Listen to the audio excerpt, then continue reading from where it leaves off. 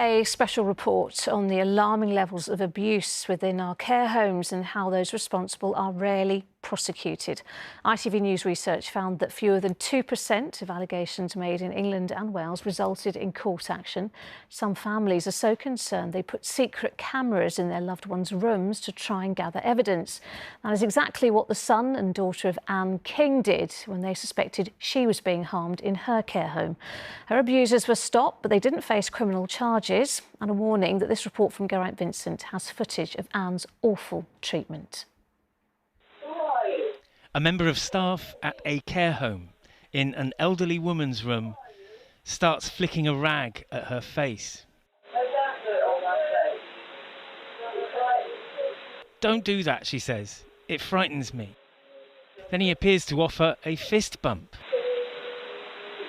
"Do it nicely," she asks. But he does it too hard. "You're hurting me," she says. The lady is taunted again and again. The same staff member holds a bin full of rubbish over her head.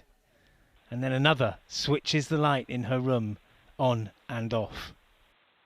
The woman in the bed was Anne King, a woman who spent her life caring for other people. She was a qualified nurse herself. For many years she specialised in teaching children how to use their prosthetic limbs. She stopped working when she adopted two children of her own, a daughter, Claire, and a son, Richard. We were looking to put her in somewhere that could be, she could be looked after and, professionally and be in a safe environment. In fact, it turned out to be the complete opposite. Anne suffered from dementia. She died last summer, a few months after her children had taken her out of the home where her days and nights had been spent in fear. Mum was coming out with disturbing things like, she said, don't leave me on my own. Please don't leave me. Take me with me. Can I come home with you? Mum, what's the matter? She said, I'm so scared. I'm so frightened. What's the matter? And she said sometimes she couldn't recall, but then she would say about people come in and hurt me. Richard was so concerned by what his mum was telling him, he installed a secret camera on her bedside table. As well as what you've already seen, it recorded her rough treatment at the hands of her carers and Anne's cries of distress. I broke. I totally broke, because obviously it's full sound, it's full picture. I could hear Mum screaming, and it broke me. And obviously I called Richard and called the police. The police say that Anne's case was referred to the Crown Prosecution Service, who advised that the thresholds for criminal charges of assault or abuse hadn't been met.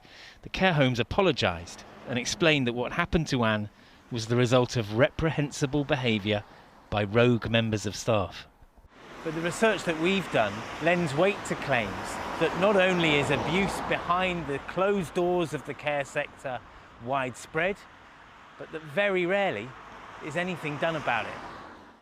ITV News asked each of the 43 police forces in England and Wales how many allegations of abuse or neglect in care homes were reported to them last year. 16 of them got back to us, and they told us that in total 1,080 allegations had been made, but only 16 criminal charges had been brought.